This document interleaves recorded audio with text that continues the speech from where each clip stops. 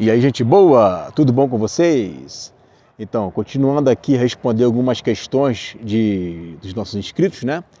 Eu vou responder aqui agora uma pergunta que o irmão fez lá no grupo da comunidade. E a pergunta foi baseada em 1 Coríntios, no capítulo 6, no versículo 13, que diz assim: os alimentos são para o estômago e o estômago para os alimentos. Mas Deus destruirá tanto estes como aquele. Porém, o corpo não é para a impureza, mas para o Senhor, e o Senhor para o corpo. Ele está colocando aqui o seguinte contexto. Se você for ler a partir do versículo 9, 10, 11 ali, ele vai falar dos devassos, dos impuros, dos efeminados, dos idólatras. Tudo isso contamina o corpo. Tudo isso contamina o corpo. E ele vai dizer assim no versículo 12, ó: todas as coisas me são lícitas, mas nem todas convêm. Todas as coisas me são lícitas, mas eu não me deixarei dominar por nenhuma delas.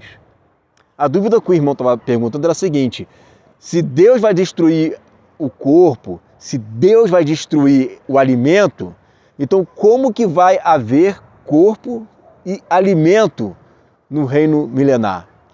Ele vai destruir nesta vida. A destruição do corpo aqui e a destruição do alimento, ela é uma destruição no sentido de que ela vai se desfazer. Se desfazendo, é Deus quem faz o alimento perecer e o corpo também. Isso é da permissão de Deus. Agora, o que ele está colocando bem claro aqui é o seguinte, que o alimento perece, assim como o corpo, tanto é que ele coloca, né, aqueles e estes, né? Estes e aquele. Tanto o corpo como o alimento, ambos perecem. Contudo, o corpo ressuscita. Ele vai falar isso aqui no versículo 14. Deus ressuscitou o Senhor e também nos ressuscitará a nós pelo seu poder.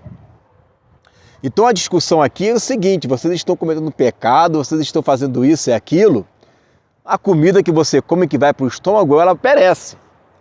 O corpo que você tem também perece, mas o corpo ressuscitará. Agora, você não espere que uma jaca ressuscite, né? Você não espere que um caroço de feijão ressuscite, não. A comida não vai ressuscitar. A comida ela não vai acontecer isso com ela. Mas o corpo sim, o corpo vai ressuscitar. Entendeu? A questão aqui é a ressurreição. Tá? O corpo ele é contaminado por aquilo que você pratica. O alimento não vai contaminar o seu corpo. Agora, tanto o alimento quanto o corpo, ambos, eles são desfeitos. Porém, o corpo, ele ressuscita. É isso, né? Uma passagem simples, bem tranquila, né? Podemos agregar alguma coisa a mais, né, nessa passagem, falando a respeito da ressurreição do corpo, a respeito de comida? Podemos, né? Por exemplo, Paulo vai dizer que carne e sangue não pode herdar o reino de Deus. Tá? Será que por um acaso ele está dizendo que o corpo físico não estará presente no reino de Deus? Não é isso. Jesus mesmo, ele ressuscitou em carne e osso. Tanto é que ele falou: toca, porque um espírito não tem carne e não tem ossos, como vedes que eu tenho. Então, Jesus, ele tinha carne e tinha ossos. Não obstante a isso, o apóstolo Paulo vai falar lá em Efésios 5, deixará o homem, o seu pai, a sua mãe, unir-se à sua mulher, e serão ambos uma só carne. Me refiro, porém, a Cristo e à igreja. Então, Jesus, ele tem carne, ele é homem. Há um só mediador entre Deus e os homens, Jesus Cristo, o homem. O que me torna homem? O que me torna homem é justamente esse corpo físico que me torna homem. Coisa que, por exemplo, um anjo não tem. Um anjo, apesar de ter um corpo, o corpo dele é um corpo espiritual, né? Dos seus anjos são espíritos ministradores, né? Então eles são espíritos ainda que têm uma forma. Agora, nós temos um corpo físico. Jesus também obteve um corpo físico.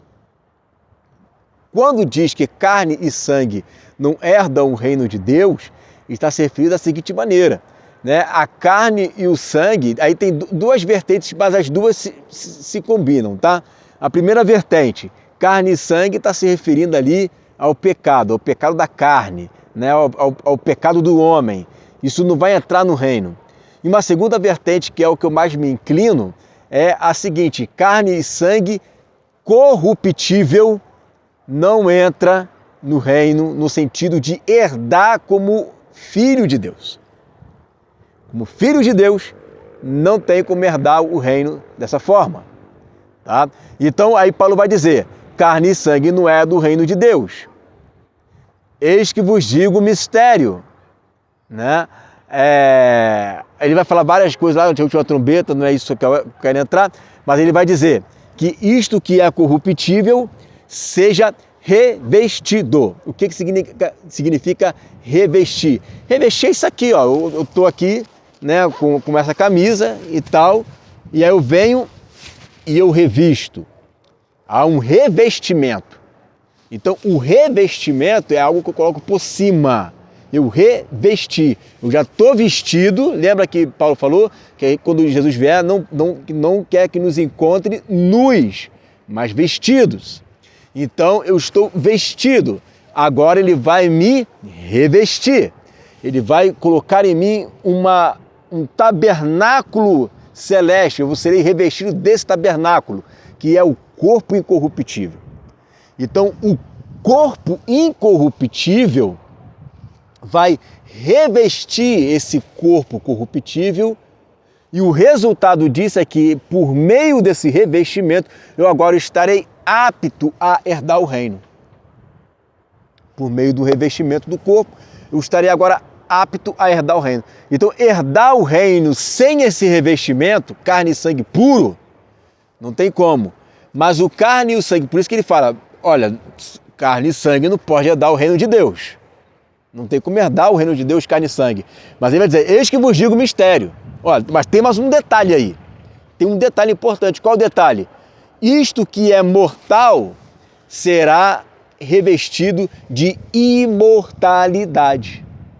Isto que é corruptível, né, será o quê? Revestido de incorruptibilidade.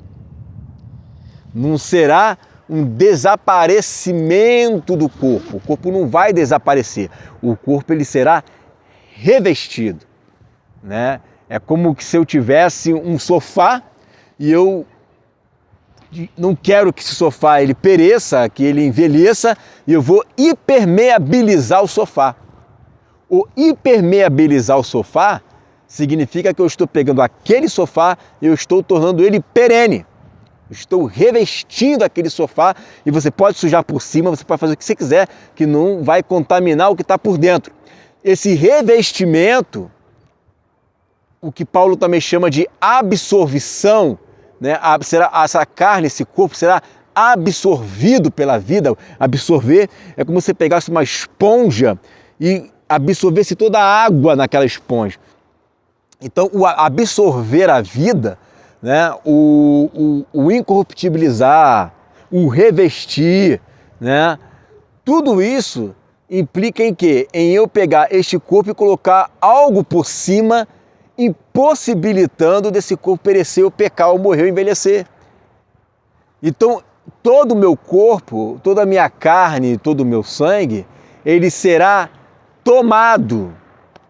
Todo o meu DNA, qualquer partícula mínima do meu ser, estará impregnado do Espírito Santo. É isso, né? Então, a questão do templo, agora você veja o seguinte, é que nós somos o templo do Espírito. Você imagina Deus pegar o templo que é o nosso corpo, que Paulo fala que nós somos o templo do Espírito.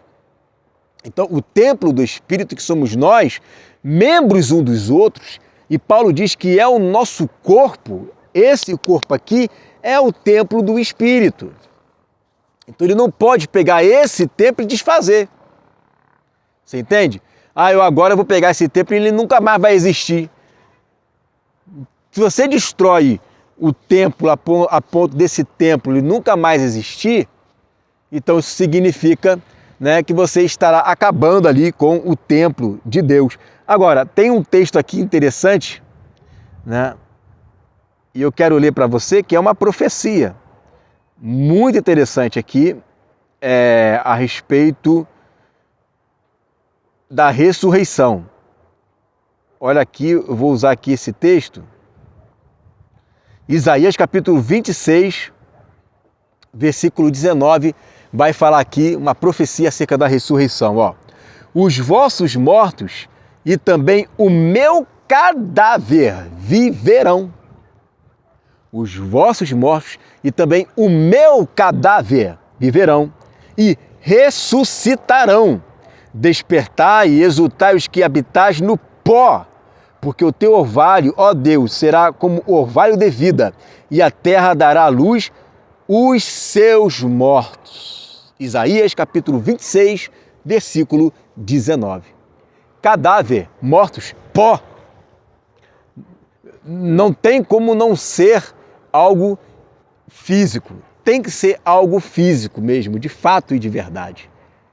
Tem uma religião aí, que é das Testemunhas de Jeová, que elas dizem que ao ressuscitar, a pessoa ressuscita em espírito. A carne não existe mais, justamente por causa daquele texto de Corinto que Paulo fala que carne e sangue não é do reino de Deus. Mas tem que ler todo o contexto. Carne e sangue não é do reino de Deus naquela condição. Mas numa condição santa, pura, herda. Isaías 26 vai explicar isso, né, e vai defender, né, essa questão da ressurreição. Jó também fala, ainda que a minha carne venha a ser consumida, em meus ossos eu verei a Deus.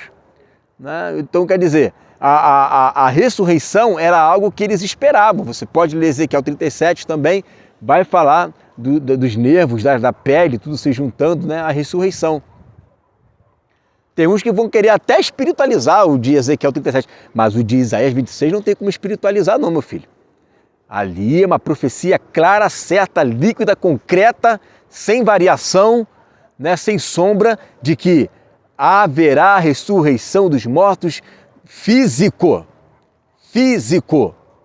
Lembrando que aquela ressurreição que aconteceu lá em Mateus, isso aqui já vai responder uma outra questão, né? Aquela ressurreição que aconteceu lá em Mateus, que quando Jesus ressuscitou várias pessoas também ali, a Bíblia diz que subiram vários santos. Gente, aqui dali foi uma coisa pontual. Tem gente que quer pegar aquele texto ali e colocar uma ressurreição glorificada, uma ressurreição super, hiper e mega especial, né? Gente, houve uma ressurreição, Jesus ressuscitou, né? E ali vários mortos largaram a sua tumba, ressuscitaram também, né? E começaram a andar pela cidade. Não são todos os santos, né? A Bíblia diz que são muitos santos. Significa que houveram outros santos que não ressuscitaram. Ali não é a ressurreição de glorificação. Que sentido faz a pessoa estar ressuscitada, glorificada e ficar passeando ali na cidade? Né? Ficar andando ali pela cidade. Né? A ressurreição, ali foi uma ressurreição pontual, onde a pessoa viveu e daqui a pouco morreu de novo. Lembra do que o apóstolo Paulo falou? Cristo as primícias, depois nós. Depois nós. Esse depois nós está querendo dizer o quê? Ele está querendo dizer o que está lá em Tessalonicenses, que está em Apocalipse, né? Que nós vamos ressuscitar primeiro. Os que são de Cristo ressuscitarão primeiro. Então não faz sentido aquele pessoal ressuscitar glorificado se Jesus não tinha nem derramado do Espírito ainda lá em Atos. Como é que faz? Tá? Então é uma ressurreição pontual que aconteceu, tá? A Bíblia não fala mais nada sobre isso, né? Não tem, você vê teorias por aí, mas a Bíblia não fala nada sobre isso. Ressuscitou, fica com o que está escrito aí, ressuscitou, né? Agora, a Bíblia não fala que ressuscitou para viver eternamente. Por que não? Porque a primeira ressurreição é de todos os santos. Então significa que as pessoas voltaram a morrer de novo, como tantos outros que ressuscitaram e voltaram a morrer. Né? O caso ali, né, de Lázaro é um que saiu também da tumba e ressuscitou e voltou a morrer. Houveram outros que saíram também da tumba, que a gente tem ideia de tumba, né, como se vê hoje. Né? Uma pessoa está lá embaixo, lá presa, ela soca aquilo dali e sai. né? E aí um corpo glorificado. Não, Lázaro estava numa tumba, né, e ressuscitou. Né? Como que se deu o processo de sair dali? A Bíblia não fala, mas eles saíram e tal, mas não é ali a primeira ressurreição, senão Paulo não iria dizer, né, que os que são de Cristo ressuscitarão primeiro, ia falar os que são de Cristo ressuscitarão segundo, né, que não é o caso, certo? Beleza? Então, como a pergunta foi simples, foi bem assim, uma questão simplória de explicar, né, rápida de explicar, aí eu puxei um outro assunto para a gente poder responder aqui logo 3 questões de uma vez. Certo, gente? Fica essa palavra aí, em nome de Jesus.